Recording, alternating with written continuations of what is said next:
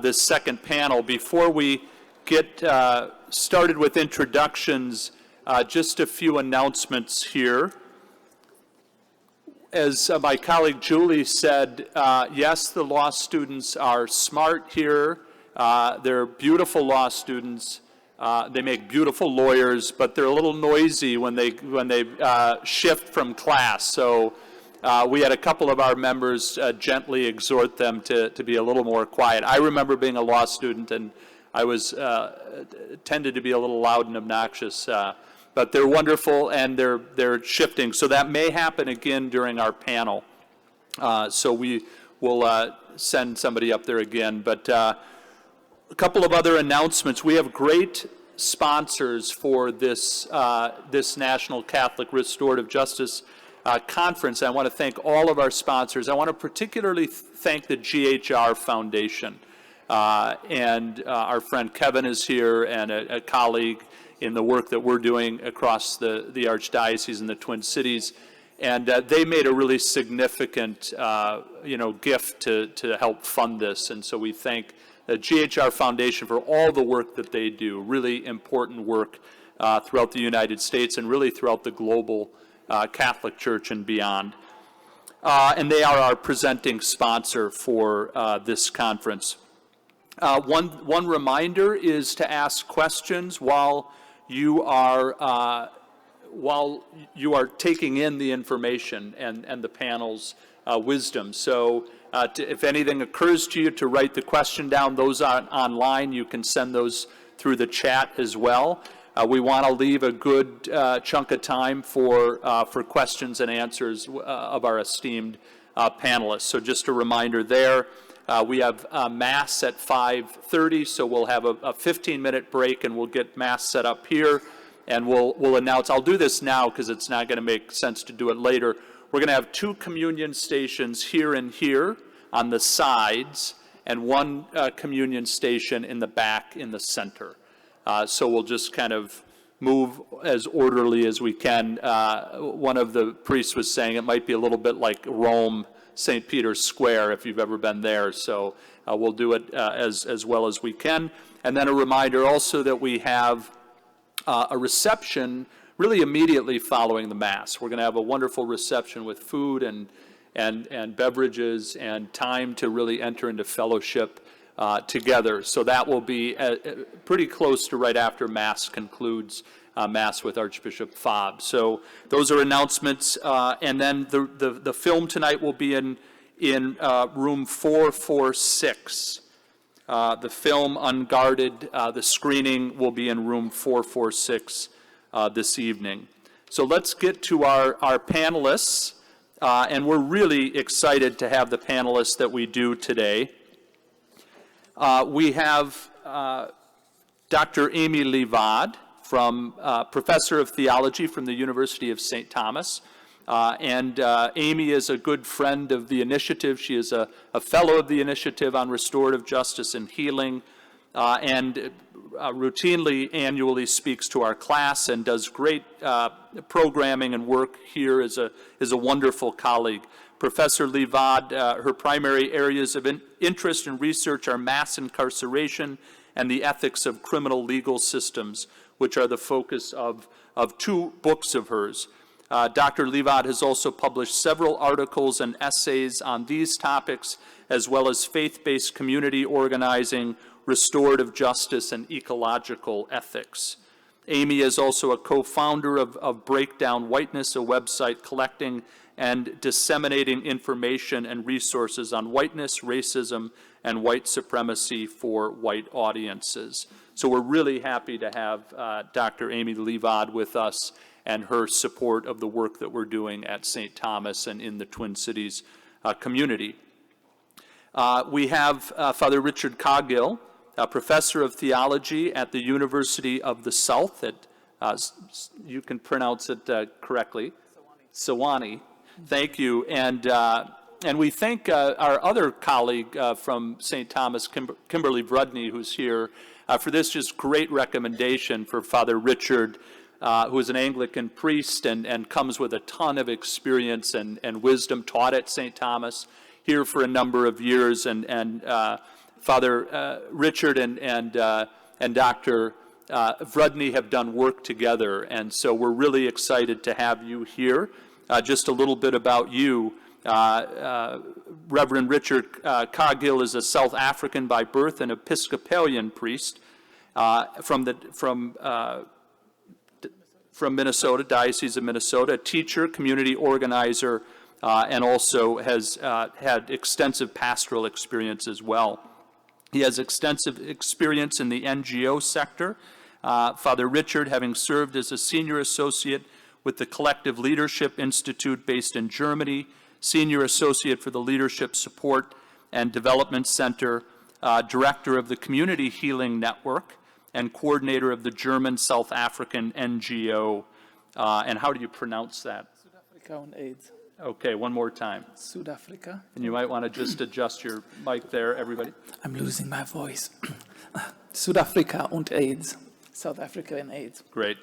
And Father Richard is, as I said, professor of theology currently. He's traveled to more than 30 countries and has lived in the United States for 15 years and beyond, completing his bachelor degree, master in divinity from Luther Seminary, a master's in sacred theology, and other degrees as well. We are really thrilled to have you join us for this panel. Gloria Purvis is here, and we are very excited to have Gloria here from the Seattle area. Took that long flight in yesterday, and I've been I told her on a phone call, a big fan of hers, but as she said, well, we're friends doing the same work. I first met Gloria at Georgetown University when John Carr and others had convened a national consultation and gathering. Gloria Purvis is an author, commentator, and the host and executive producer of the Gloria Purvis podcast. Through her media presence, she has been a strong Catholic voice for life issues, religious liberty, and racial justice. She has appeared in numerous media outlets, including the New York Times, the Washington Post, Fox News, PBS NewsHour, Newsweek, and Catholic Answers Live, and has hosted the Morning Glory, an international radio show. Gloria has presented a powerful video series entitled Racism, Human Dignity, and the Catholic Church through the Word on Fire Institute. She was part of a groundbreaking exclusive interview with Pope Francis with a delegation from America Media. She is the inaugural pastoral fellow at the McGrath Institute for Church Life at Notre Dame University and recently received honorary doctorates in humane letters from the University of Portland in Oregon and St. Martin's University in Washington State, and currently a scholar in residence there. We are really delighted to have Gloria Purvis with us. And our last panelist is Dr. Stephen Pope, professor of theology at Boston College. And Steve Pope has a connection to the St. Thomas community as well, taught at the St. Paul Seminary as a young theologian for a number of years and really enjoyed that fellowship. Stephen Pope is a professor in the Department of Theology at Boston College, as I said, where he teaches courses on social justice, the virtues, and the intersection of science and theology. He is an expert on Roman Catholic social teaching, received his BA in philosophy from Gonzaga University and an MA and PhD in theological ethics from the University of Chicago. Professor Pope has published numerous articles and is the author or editor of 10 books, including a number of books, A Step Along the Way, Models of Christian Service, The Evolution of Altruism, and The Ordering of Love, and a number of other books as well. Dr. Pope, like Amy Levad, Professor Levad, has taught in the area of, and has written in the area of restorative justice, and written for America Magazine and others about how restorative justice can be applied to these issues of harm that we've spoken about. He's currently working on Your Neighbor as Yourself, relating charity and justice in Christian ethics and religion, justice and reconciliation. And one of the things both Dr. Levad and Dr. Pope spoke to Julie and my law students. And what is so striking, anybody who knows, who works in the area of restorative justice, it's one thing to talk about it, it's another thing to write about it, but it's lived, right? It's lived as a practitioner. That's where we learn, and that's where we come close to suffering, where we're called to move beyond our own complacency or selfishness, and that's the area that they're both coming from as well.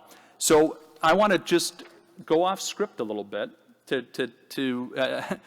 Richard gives me a look, just to have you react to the first panel and ask this question.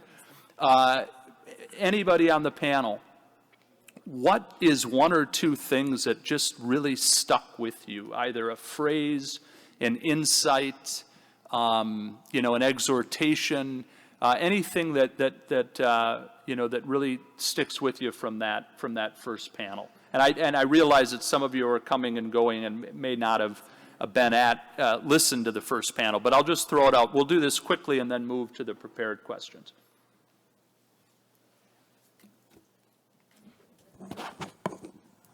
So I've been reading and loving Helen Prejean from a distance, my conscious life, most of it, and the line that struck out to me was when she said, "What the eye doesn't see, the heart doesn't feel." I think that's connected very much to the idea that restorative justice isn't a theory, it's a lived reality that participants feel seen and feel their heart awakened through the dialogue and through stories and through developing of empathy. So that's my 2 cents. Great. Yeah. Any other thoughts from that first panel?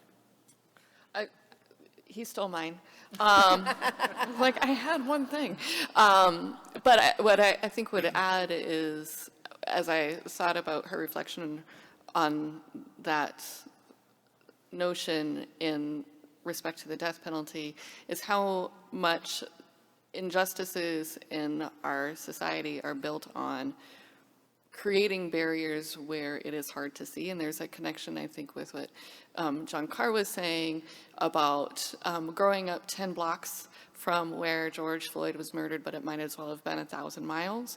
And so we construct all of these barriers so that we don't see each other, whether it's through prison walls or through school segregation or through redlining of our neighborhoods and its ongoing effects, that when we recognize how much we don't see because of the systems and structures of our society, that gives the opportunity to begin to work together for a more just society. And the other was the notion of welcoming home. One of the organizations I work with is Healing Communities, which operates in several states and works with congregations to recognize that people affected by criminal legal systems are already in their pews. It's not that there are people who are coming from the outside into our churches. It's that there are already people in the pews who are already affected by criminal legal systems, by addiction, by the variety of struggles that plague our society. And so that notion of welcoming home being so crucial, and that if you're a congregation that wants to become better at welcoming home, there's some organizations that can help with the process of, there are already people there that need to be welcomed. Lovely. Nothing is erudite. I just want to shout out to John Carr, who's a man after my own heart. Emily Dickinson says, "Tell the truth and tell it slant."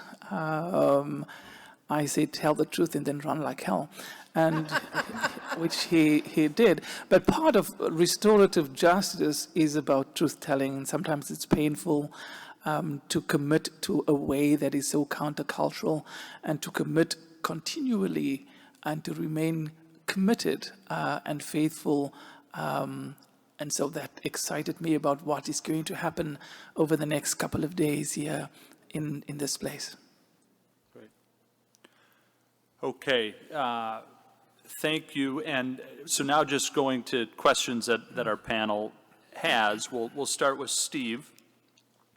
So, Professor Pope, you have taught Catholic theology for years and have really focused on Catholic social teaching. I've used a chapter of a book that came out of Boston College for my students for years that you wrote. And can you give us non-experts a concise definition and description of Catholic social teaching? It's often described as the Church's best kept secret. And there's sadness in that because it is a way to really bridge divides, and it doesn't fit into ideological structures or isn't beholden to one political party. What is Catholic social teaching? What's its aim? And give us a sense for the non-experts. I think Catholic social teaching is the effort of the magisterium to guide the Church in thinking about and addressing concrete problems of human suffering. And we get the flavor of this from Gaudium et Spes, but it runs throughout from Leo to Pope Francis, that the world is faced with wave after wave of challenges, and the Church wants to be part of the transformation of the world, not stand aloof from it and outside of it. But I think it's important to see that Catholic social teaching is part of a much bigger world that is Catholic social thought, and that there's a lot of preparation for the teachings that are done by social theorists and social scientists and philosophers and theologians. The popes don't go off to a retreat and just write what they write out of the blue. It's always taking what's kind of fermenting and putting it in one form. But I think even Catholic social thought is a small part of what's most important, which is the Catholic social tradition. And the social tradition is the set of communities, institutions, organizations that try to address human suffering in some systematic way, so that instead of simply being one act of charity after another, the Church organizes so that the needs human beings have, because the systems they live in fall short or oppress them, can be responded to institutionally. And so, you've heard Freud said we all have an Oedipus complex, but I think Catholics have an edifice complex in the sense that we like to build universities. This is a good example, but hospitals, soup kitchens, hospices, refugee centers. And I think there's a good instinct there that we need both the heart and the mind. We need both the teachings, but also the communities that put those teachings into place, but also that the communities teach the Church, the institution, and the magisterium where charity needs to be displayed, where justice has to be insisted upon, where the Spirit is leading the community.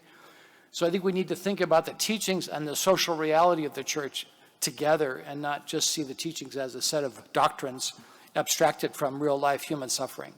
Great, thank you.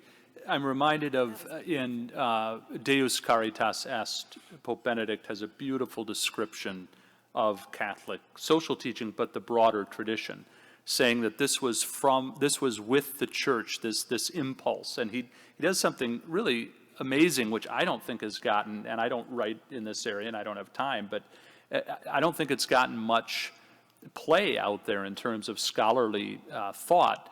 He says the liturgia, diaconia, and there was a third. What is it? Koinonia? Yeah, you're right. The kerygma. That diaconia is as integral to the life of the Church as proclaiming the gospel and celebrating the Eucharist. And he says it's an opus proprium, a task agreeable to the Church, and the saints living this out. Amy, I'm wondering, you teach in this area as well. Any thoughts on either what Steve said or anything else that you want to add with regard to giving us a sense? I think Steve did a terrific job. Yeah, I think I'll steal that for my classroom.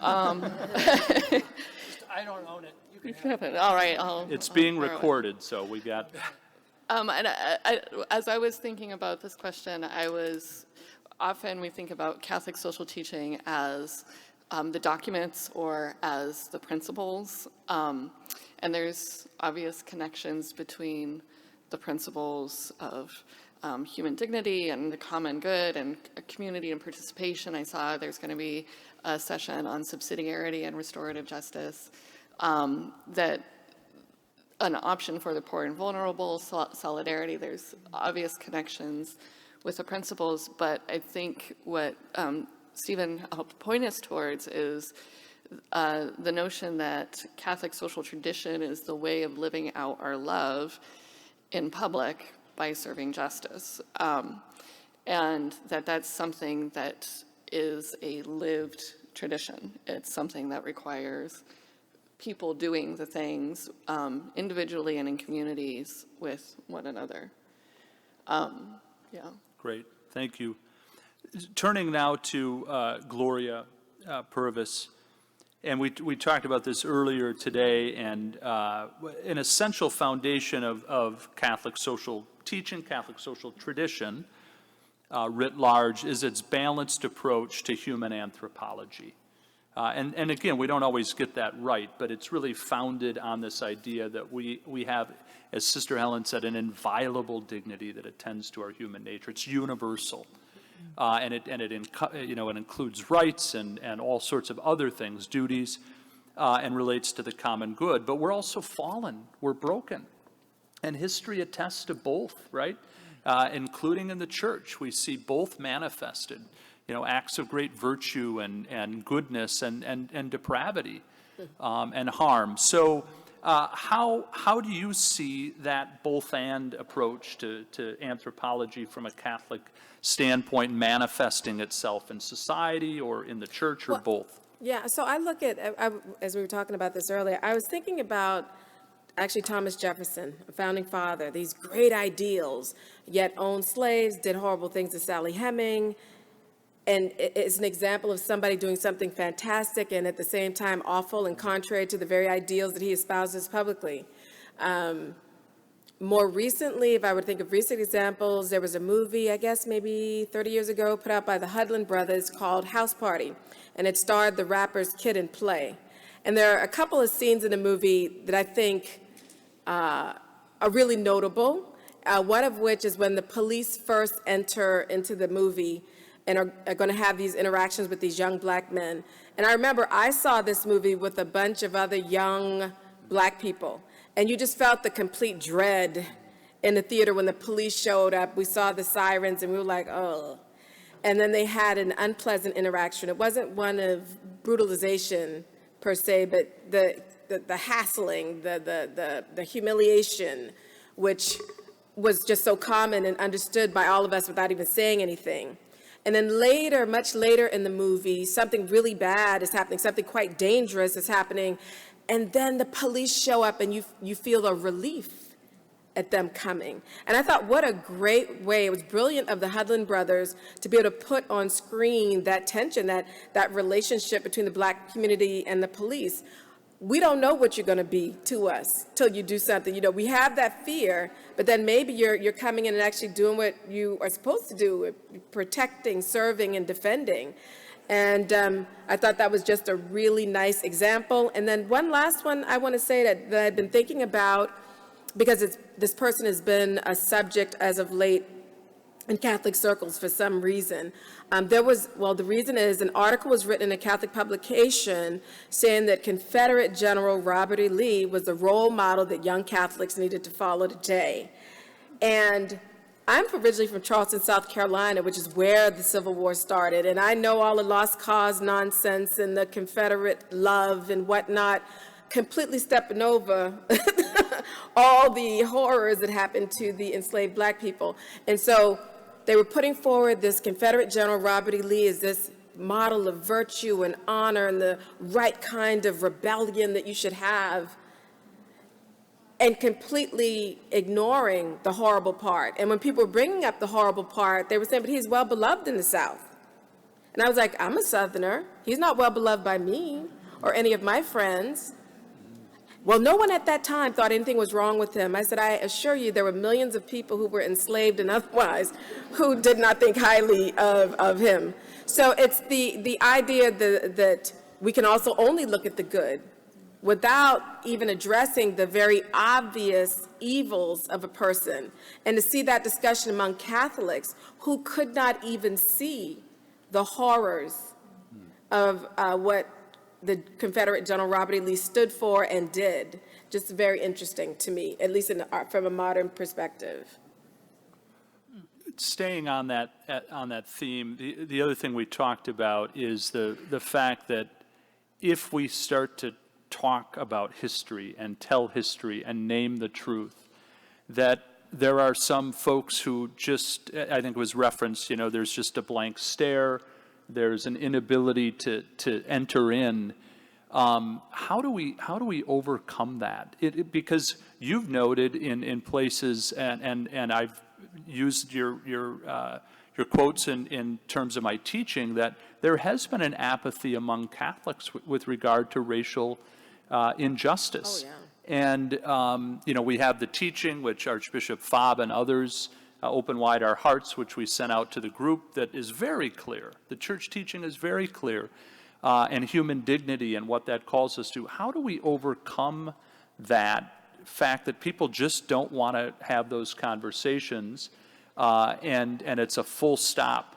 And does restorative justice, does it maybe have a role in kind of? Oh, yeah, because it's all about, I think, right relationships and restoring right relationships. And for, like in the Robert E. Lee conversation, asking, I ask why? Why should I not address those horrors? Why are only some voices? I'll ask the people that are saying, oh, he's so beloved. I said, by who? Tell me. And so I think to actually engage in the conversations respectfully and believing that the other person you're dealing with is actually going to engage with you in good faith until they show you otherwise, and ask them the direct questions, because you're seeking to understand how they're thinking about it, right? You want to listen. How are they processing this information? Because I think if we could better understand that, perhaps we can then insert that little kernel of truth that perhaps will be the Rosetta Stone, if you will, I guess, that'll unlock a lot of things for them so they can see this whole new language of human dignity working out in this way. But I do think that takes a lot of patience, and it isn't for everybody. And sometimes we just need to pray and fast at a distance for some folks, because that's all we can do, and accept that that's all you can do. Great, thank you. I talked on the phone about an experience I had with Justice Janine Geske. We were working in Milwaukee at a Catholic all-girls school that had a racialized incident, racial injustice. And one of the things that was so memorable, and Ginny, you probably remember this, there was a couple of white parents who were there. It was a long day, 13, 14 hours. And the guy showed up, right? The white parent showed up. And the others showed up. And he had his view, but he was there. And you could see over the course of, I think it was an hour and a half or 2-hour conversation with parents in a restorative way, you could see the movement of heart, eye, right, and ear and heart happening. But the key was he was a person of goodwill, right? There was a modicum of openness that maybe there was a different way of viewing, and maybe the experiences of injustice truly happened. And it just struck me, and I think that there's so much potential there, but we got to show up and hopefully be people of goodwill. Amy, you're an expert in both Catholic social teaching and restorative justice. What are the natural corollaries between the two, the connection points such that there can be a dynamism or a fruitful relationship, and what are the places where they might diverge in method and practice? I will answer that question, but first I wanted to follow up a bit on Gloria's commentary. And I think that it is a challenge specifically to white Catholics to take the responsibility to learn about race and racism. It's our job to step up and figure out why we don't see. and to seek out the information necessary to figure out how did we get here and how do we stay here. And that just as it was the responsibility of that father to show up and figure out what he didn't see. And so just to invite everyone who comes from a white Catholic perspective to understand what we're not seeing. In terms of overlap and connection between Catholic social thought and restorative justice, I mentioned there's connections with principles, connections with, if you look at magisterial documents like the responsibility, rehabilitation, restoration, that last word, restoration, says that yes, restorative justice is in Catholic social teaching, but to instead focus on the method of Catholic social thought and where there's overlap and connection with restorative justice. So there is a particular method, and if you look at Laudato Si especially, it's very apparent of the See, Judge, Act method of starting with observing what's happening, reading the signs of the times. Even the schedule today follows this method of we started with See, now we're kind of moving to the judge phase, and I'm anticipating action. But that with the See, Judge, Act method, there's some connections with restorative practices. I'm speaking very generally because there are so many different varieties of restorative practice, but that it begins with telling the story and the encounter with the other in restorative justice, just as the See, Judge, Act method does. And then to spend time reflecting on what are our moral values, our ethical commitments, and then to turn to how do we work to address what we saw based on those moral values and ethical commitments in terms of personal conversion, in terms of communal transformation, and then social and structural change. I think there's a lot of overlap with restorative practices there, and this gets back to what Gloria was saying. There's also some disjoints in that Catholic social thought also in the See phase invites us to rigorous social analysis so that we move from the anecdotal to the analytical to be able to attend to where do our common experiences or our divergent experiences, where are those rooted in broader social structural problems? And then on the action phase to significant macro level change. I don't know that restorative justice always gets us there to that macro level change, and doesn't always facilitate that robust social analysis that would feed and inform that change. And that's a problem, because it's lovely to have restorative conferences around clergy sex abuse, but if we're not talking about clericalism and the number of things that John Carr brought up about who's entering the priesthood, how are they being formed, what are our structures in our church, we're not addressing the problems. If we're learning about racial injustice in restorative justice conferences, but also not thinking about housing and public accommodation and mass incarceration and criminal legal systems, then we're not actually achieving justice. So it's important that Catholic social teaching also invites us to transformative justice, which can be related to restorative justice, but restorative justice does not naturally or inevitably lead to transformative justice. So we need to think about also what are the practices of transformative justice that Catholic social teaching calls us to. Great. Thank you.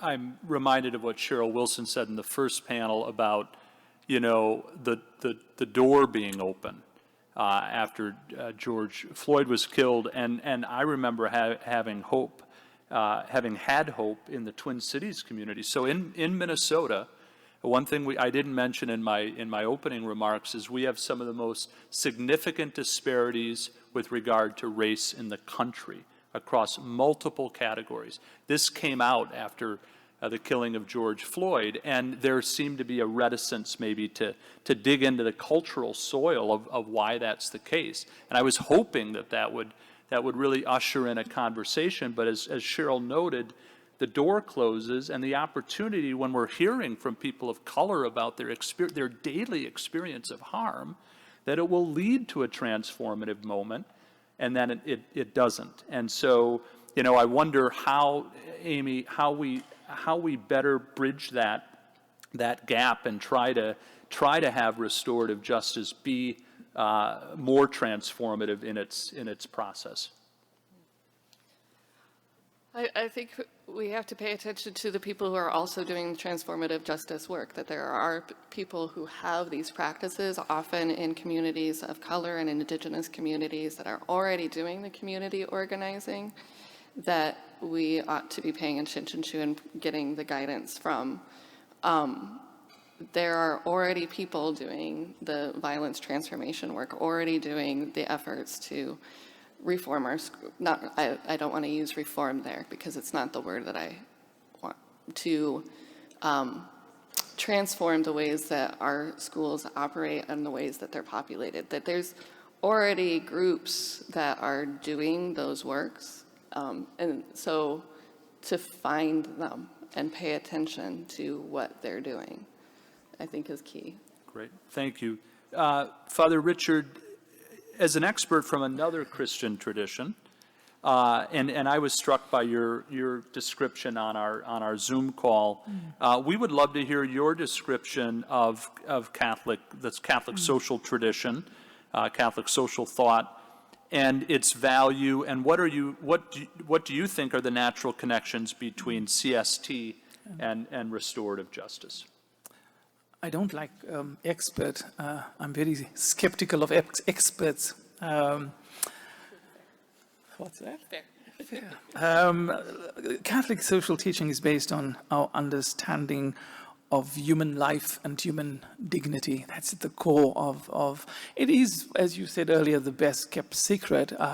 If more Catholics can actually believe and commit to the social teachings of the Church, 1.3 billion Catholics can transform the world. This is a good time to be Roman Catholic. This is a springtime in the Catholic Church as we look at what is happening at the Vatican right now. Every human being is created in the image of God and redeemed by Christ, and therefore is of invaluable worth. Every human being without exception. Every person from the moment of conception to their natural death have inherent dignity, and the right to life consistent with that dignity. Human dignity, as per Catholic social teaching, comes from God, not from any human quality or accomplishment. God's special love, or as we say in Latin and South America, God's preferential option for the poor, and called God's people to a covenant of love and justice. And it is rooted in the sacred text that we ascribe to, and it is a commitment to the reign of God here on earth as it is in heaven. I like to ask my students constantly when we say, thy kingdom come on earth as it is in heaven, what the heck are we talking about? How do we bring about the reign of God? And we bring about it by living into not what is, and not being seduced by the distraction of our current discourse and our political discourse, but by what is possible. And Pope Francis epitomizes for me what is possible as he lives into how can we better be the church in the world. It is a teaching founded in the life and works of Jesus Christ, who came to bring glad tidings to the poor, liberty to the captives, recovery of sight to the blind, and who identifies himself with the least of these, our brothers and sisters. And as the catechism, I like to remind Catholics of their catechism, just in case they forget. To receive in truth the body and blood of Christ given up for us, we must recognize Christ in the poorest. we, by our commitment to the gospel and the way of Christ, commit ourselves to the restoration and renewal of all God's people without exception, especially those people we don't like or think differently. I like to remind my students that we push back on ideas and not on people. And we've lost the art of disagreeing and having these healthy dialogues. So every person matters to God, and this is one of the central and undergirding pillars of restorative justice. Great, thank you. I'll take your point that you don't want to be called an expert, but that was a pretty darn good response to the question. We can use whatever adjective we want. I want to go back to Gloria and then Steve on a larger issue that really can be a place of divergence in the restorative justice movement. But to Gloria, and I'll give three names. John Carr is, I'll add John Carr to this list too. When I think of consistent life ethic Catholics in the country, I think of you, I think of Charlie Camosi, I think of Cardinal O'Malley of Boston, and John Carr, and the folks on our panel. It's something I admire because that is a way that we can transform the world, as Father Richard said. How does restorative justice promote that universal human dignity and flourishing, which are at the heart of the Church's life-affirming ethic? How can we use, telling our story and entering into dialogue in a way that really promotes a consistent life ethic? Well, I think because it's about right relationships. And if you can see the other person as someone that you're in relationship with, I think that changes the dynamic. But right now, at least as I go across the country and I'm having so many conversations with Catholics across what they'd say the political spectrum, boy, do we not even see that other person. Like, I remember when George Floyd was murdered, and I referred to it as that, how people like, how can you say it's murder? We don't know that. How do you know that? And I was like, because I got eyes and I can see. How can you not see that? And so for people to even see such a violent act, and instead of saying, oh my gosh, it's horrible, people are like, well, what did he do? I mean, it's, so to get people in that right relationship and to understand when God made us, that we're made in his image and likeness, and that truth that he spoke about us, that there's actually nothing that we can do that makes God's words untrue about who we are. And yet, and I'll mention Mr. George Floyd, because we saw people not in right relationship, not only not in right relationship with George Floyd, but let's be honest, not in right relationship with God, even though they believed they were, be able to look at the brutality that happened to this human being and justify it by trying to say all these things about him that would make you not want to have empathy with him, that would make you, or at least they attempted to tear down his dignity. And it was the anti-gospel message that they were spreading, right? Oh, he had done this, he had done that, as if that invalidated his right to not only a life, but his right to a natural death. We don't even think about that. That George Floyd was deprived of a right to a natural death by how he was brutalized and killed. So I think if we start to think about right relationship and seeing and hearing and understanding that we are in relationship with every other human person on the planet, I think that's the beginning. But we have to see them as someone else that I am actually in relationship with, and I have an obligation, hopefully born out of love, to that person. And I think that's another challenge, is being in right relationship and understanding justice does put an obligation on me. And oftentimes we see people not wanting any obligation, even if they understand justice requires it. Why?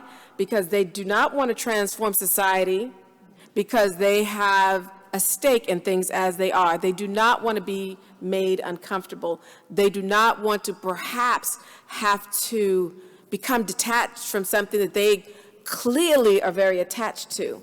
So I think if we could understand right relationship in its full sense, will really go a long way in what we're trying to do. Yeah. Sorry to talk so long. No, that's beautiful. Last night at Basilica of St. Mary, Dr. Daniel Philpott, who's here, talked about Eucharistic justice and that it is comprehensive right relationship. This is what biblical justice is, and it calls us forth. So if we're receiving the Eucharist, right, and we're not seeing the dignity, inviolable dignity of our brothers and sisters, or the suffering of our brothers and sisters, we're not living that Eucharistic life. Well, part of that Eucharistic life, Steve, is forgiveness. And we're talking about a distinctive Catholic approach to restorative justice. And Amy was talking about some of the convergences and divergences. In the secular restorative justice movement, and I've talked to Janine and other colleagues about this, we're very careful when it comes to forgiveness, because you don't want to re-traumatize. You don't want to burden. You don't want to hang that on somebody who suffered immense harm. But just a couple weeks ago in the Gospel of Matthew, right, Jesus seems to say, I love you unconditionally, but when it comes to forgiveness, we hear it every time we pray the Our Father. We're called to forgive. I want to ask our panel to weigh in, but first to Steve, because you've written on this and you've done a lot of work in this area. How do we make sense? It's called the F word, right? Sometimes the forgiveness word in the restorative justice. I had Father Blanched here, but in any event, that is what it's called. So, how do we make sense of, if we've been harmed, that from a Christian perspective, we're called to forgive? We know it's liberating when we do, that God, it's a consistent theme of Scripture and the teaching of Jesus, and how do we reconcile that with the restorative justice movement? My head's still spinning from hearing these other comments, so I'm trying to get myself to just answer this question because they're very provocative. I would say we have a major challenge because there's no agreed upon definition of forgiveness. It means at least 10 different things. And that's not even counting all the biblical metaphors, because the Bible never tells us what forgiveness is. It gives us images and metaphors and stories. And in a way, that's good, because there's a lot of room for pondering and reflection and discussion. A lot of people think restorative justice is a way to get offenders and victims in the same room and get the victims to forgive the offenders. And that's wrong. It's a bad idea on many grounds. One is that it's ineffective. Another is that it's unjust and it's disrespectful to survivors to ask them, to put a burden on them to forgive. At the same time, we do have tension between, I think, a very sensible respect for injured people, not to pressure them into an ethical place that they're not ready or willing to take at this time. So we have to begin with a respect for the person, and begin with, of course, the priority has to go to the victim or the injured person. The goal of restorative justice, as I understand it, is to repair the harm and damage that's been done by wrongdoing. And I think as Christians, we think immediately of forgiveness. But actually, if forgiveness is handled in a clumsy way, it can actually do more damage. Urging, promoting, manipulating, bullying someone into forgiving is I think, makes things worse. But I think what restorative justice can do is provide an atmosphere of dialogue, mutual respect, empathy, honesty, caring, that can facilitate forgiveness if that's what the injured party feels called to do. It can support forgiveness. Many times we hear stories from some of my heroes, Desmond Tutu, in particular, of beautiful stories of restorative encounters that lead to forgiveness. But I think that's a bit lopsided and somewhat misleading, because many cases of restorative justice don't involve this beautiful expression of forgiveness. But at a certain point, that work is so hard. At a certain point, though, that survivors can say, look, I hear their confession. I hear they want to make amends. I know they're repentant. That's good enough for me. But they're not ready to forgive. And maybe they will be later, maybe they never will be. So this is the tension with Catholic tradition, though, because we do, right straight from Jesus, we don't just have suggestions to forgive. We have commands. And you can't say, well, it's just this little section or just that little section. It's really important for both Matthew and Luke that we forgive. At the same time, there's a realism about forgiveness that that you can't expect people to do the impossible. So I think Catholic teaching breaks down into several short propositions about forgiveness. One is, I think we're required morally to forgive repentant wrongdoers, our own repentant wrongdoers. Number two, I think we're encouraged as much as possible to forgive, to have a spirit of forgiveness. Number three, I think there's an implication that at times you're justified in being resentful, which means you don't always have to forgive. And if you don't forgive, you're not always culpable. You're not always in the wrong. Now, if that's true, how do we get out of the respect for the victim, honoring their own choices, and yet being faithful to Jesus and our tradition? And I think the difference is that we have to distinguish between moral teaching and pastoral prudence. The moral teaching is, here's what the church and what Jesus hold as normative. The pastoral engagement and sensitivity and prudence is, here's how we can move in that direction, even if we never really get there all the way.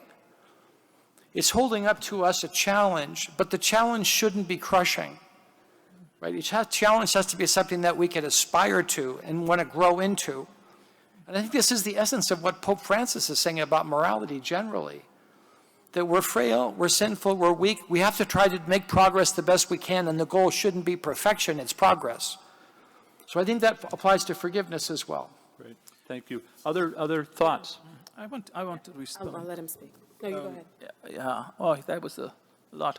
When we speak about forgiveness and speaking about what we mean by forgiveness, and when Archbishop Tutu, who I've worked with for a number of years, speaks about forgiveness, he's not talking about holy amnesia, where I forget what you've done to me. So Tutu's understanding of forgiveness is different from the way most Western theologians have typically defined it. Desmond Tutu believed that the justice is merciful, and that God desires the healing and the restoration of relationships. So that when conflicts arise within our communities, it is our obligation to restore right relationship. So for Tutu, forgiveness and reconciliation are two entirely distinct movements in the path to a restored relationship. Forgiveness is in the power of the one who is violated. That as such, it does not require an apology. And I know this is very difficult for Westerners to hear. Forgiveness is not extended for the benefit of the wrongdoer, but for the empowerment of the violated one. Because the violator's wrongdoing is an expression of coercive power.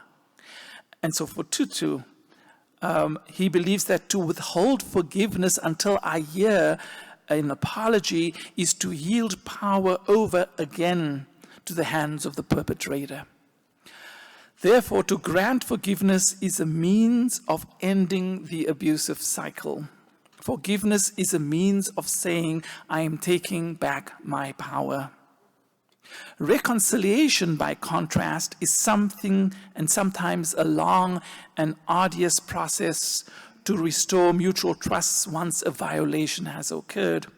Reconciliation, unlike forgiveness, will require an apology, an acknowledgement of wrongdoing, a confession of sin, something that is an offer of forgiveness that forgiveness can sometimes elicit, but it's not necessary. And I can choose whether or not I want to be in relationship with you as the one who has been violated, or I can choose not to be in that relationship. It is not a means of traumatizing.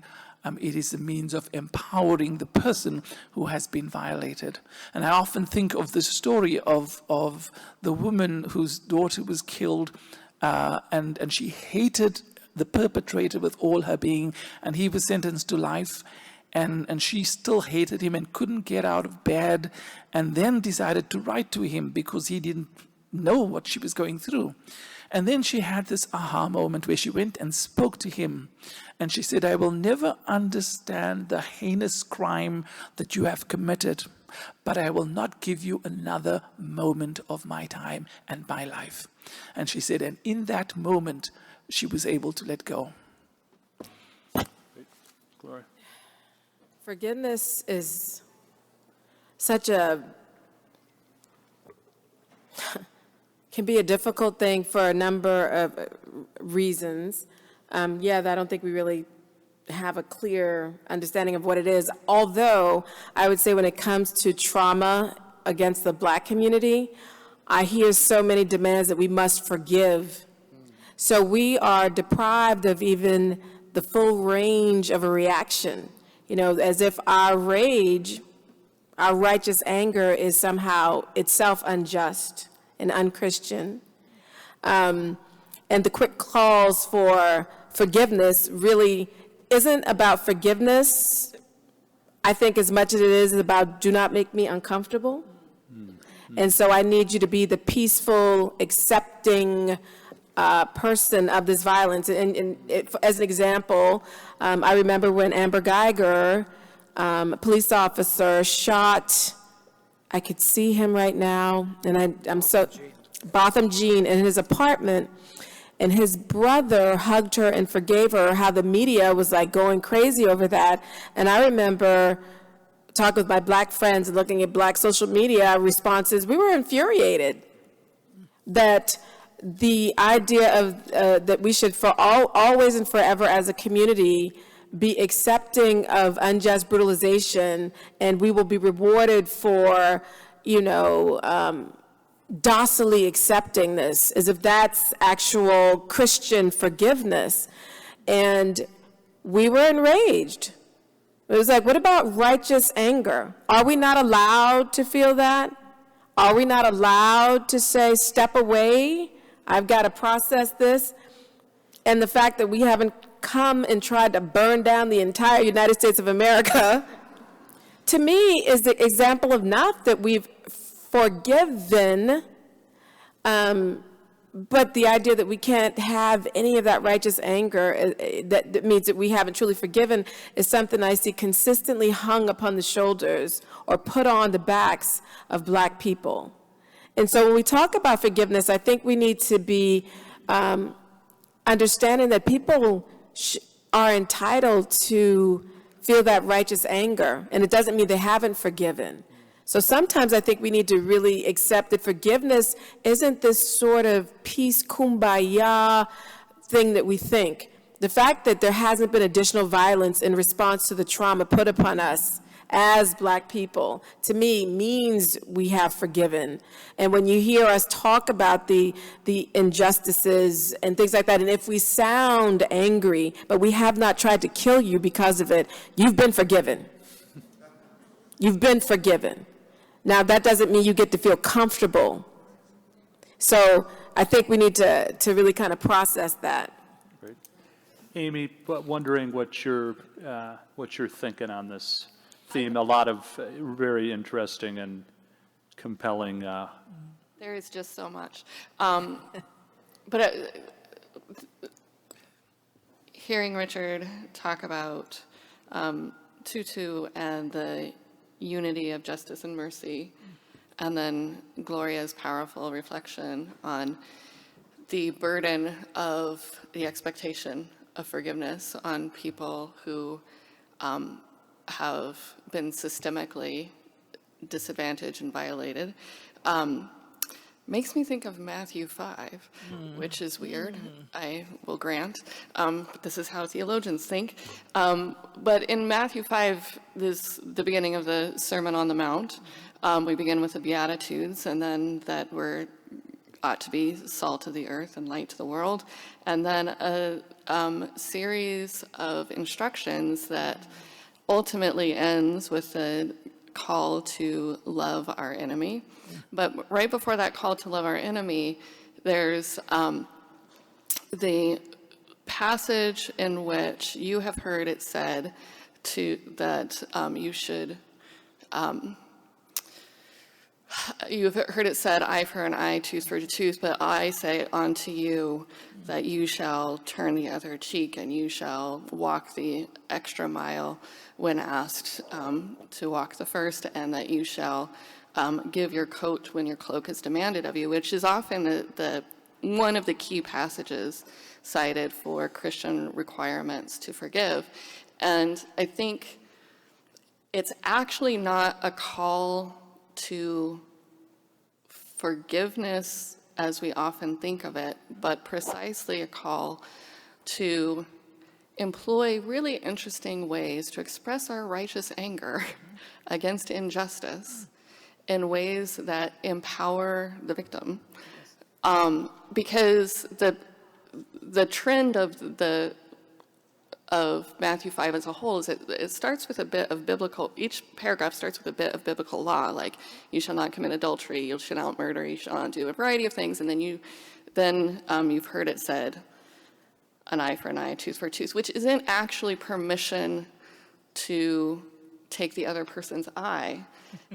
And it's the lex talionis from the Hebrew Bible, and it's actually a limitation on what you ought to be able to do.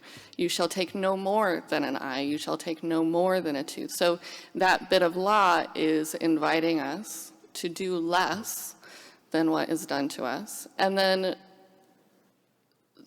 Jesus is saying, I want you to be the sort of person who not only does less than what is done to you, but you work to change the systems and structures that have inflicted you.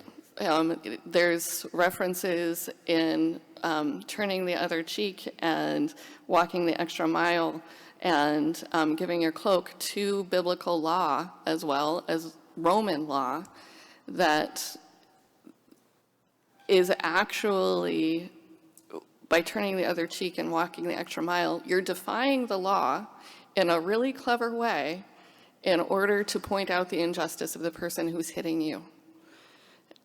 So it's not necessarily about forgiveness, and it's more about using your righteous anger to work for justice, which seems to make sense because the Beatitudes end with Jesus saying, blessed are those who hunger and thirst for righteousness, for justice, for tzedakah. And if we're called to work for justice, then it can't be that our forgiveness is such that it doesn't involve the work for justice as well. So if forgiveness, if mercy isn't accompanied by the work for justice, then it's not a meaningful forgiveness. It's not a forgiveness that actually brings about the transformation that's necessary for ourselves individually, for our communities, and ultimately for the world. Great, thank you. Going to kind of merge in some questions as well. So we're coming up on 10 minutes. Can I just make one real quick comment? Please. Because I want to kind of connect. I hear Richard and Gloria kind of going in different directions. And the way I would unite them is through the work of a psychologist named Everett Worthington, who spent his whole career working on the psychology of forgiveness. And he distinguishes between decisional forgiveness and emotional forgiveness. Yes. And I think you're talking about decisional forgiveness, and you're talking about emotional forgiveness. And Worthington actually says they're different types. But I think you can also think of them as on a spectrum from weak to strong. But But to me, sometimes if you at least you're saying, I'm angry, but I'm not going to hate. That's a moral accomplishment for people that have been badly abused. To say, I'm angry, but I want to do something constructive with it rather than destructive. I want to channel it into the works of righteousness, into justice, rather than into just sheer vengeful hatred. I think that's a helpful way I find helpful to connect the two concerns you have. Great, thank you for that. Going a little off script, but also responding to questions, and just kind of maybe each of our panelists in a crisp way. What of American culture, and we're going to end with hope, but what with American culture, what the characteristics of American culture really inhibit the seeding of the Catholic social tradition and the work of restorative justice? What are those kind of maybe unique? Certainly we see polarization and a bad populism taking root throughout the world, but what do we really struggle with in American culture that inhibits the message of Catholic social teaching or restorative justice or both? Just maybe a characteristic or two, and put a little color to it. White supremacy, Okay. very shortly. But also the ways that Catholics from immigrant backgrounds, especially from Europe, have sought to become American by becoming a certain variety of whiteness. And that has led many white Catholics to cede some of the wonderful things of cultures from which immigrant Catholics came from, but also many of the truths of the church. Other thoughts? I think the conflation of this notion of American exceptionalism, that their will is God's will, and so confusing God's will and national religion and politic with the dream of God. And so we are unable to recognize our common humanity because America prides itself on that rugged individual exceptionalism. And then so how do we call people back to community? In South Africa, in the Zulu community, when you greet someone, you say sawubona, and sawubona means we see you. And so we see your personhood, we see everything about you, not just me as an individual, but my extended family and my ancestors see you into being. And then the response is yebo, sawubona, we see you too. And we've lost the art of seeing each other into being, the dignity of every human being without exception. I think some social media, the way that we model behaviors on social media, is completely damaging to the kinds of things that we want to do. The sort of, that you have to dominate and humiliate. That, what do they call it, owning the libs? Stupid stuff like that. That just, I think, is really very destructive to our country. And I don't know how much we realize the things that are said online do impact relationships offline. And the desire for people like, yeah, give it to that person. This sort of bloodthirsty vengeance that you would never have the nerve to speak to people like that in person. But I think that our social media culture can be very damaging to what we are trying to do. Great. Steve? So I agree. Those are aspects of the problem. There's another issue, I think, which is that we're a very fear-based species. When I say species, I mean, I believe human beings generally worry that they are worthless. that they are meaningless, that they are losers. And that gets extremely intensified in a hyper-competitive society like our own, which feeds on rivalries. And I think the gospel is about saying that deep anxiety about our worthlessness and our meaning is only fully addressed by faith that trusts that God's love for us as individuals and as a species is complete, that there's nothing about us that can change God's absolute love for us. And love is, perfect love casts out fear. I think the Christian answer to the human problem is faith, hope, and charity. I know I'm preaching, but my name is Pope, so you're just going to have to accept it. I have to slip a Pope joke in every once in a while. But I do think then that problem of existential fear is aggravated in our culture, and I think social media has a lot to do with it. I also think individualism has a lot to do with it, and the reason it impacts the church so much, we can see it impacting the church, because in an individual culture, faith and morality become privatized. Yes. And when you privatize it, it means someone who, in my community, that has a problem is not my problem. That's why the church is right to keep hammering away on the issue of solidarity and accompaniment. But you can't just get to it by thinking about it. You can't just get to it by wanting it. I think it's fundamentally about relationships. And we need to think about how we structure our communities and our friendships to be recognized in the diversity of human beings and not just get channeled into our lifestyle enclaves, as Robert Bellah called them. So I think this is it's a built-in structural problem because our civil society is getting thinned out, and that's where historically we've met people that are really different from us. Extended families are getting thinned out. That's also where you meet people and love people that are different from you. Mm-hmm.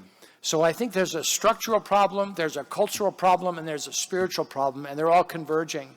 Last point, I think the church has to become more willing to own its countercultural nature, its countercultural message. And I think it can begin with priests preaching solidarity and preaching the social teachings and not focusing all of morality on abortion and gays.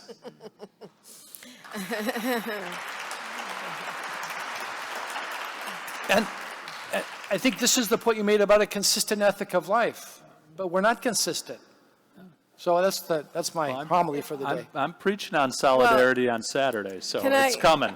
Can I just say, because I love the idea of saying it begins with peace, but could I also say that I think it also, one quiet thing that could be done that I think would lead to what I like to call a psychological exorcism is even our depiction of Christ. I would love to see every cathedral in the United States have an African corpus on their crucifix. I would just love that.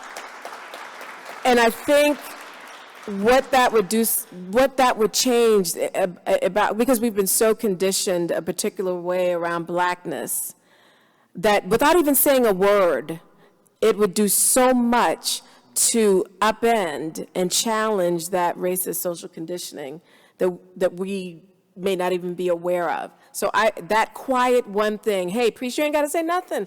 Just let the Jesus up there speak for you, just by being a black body. That's beautiful. Yeah, letting Jesus speak and then, transform our hearts.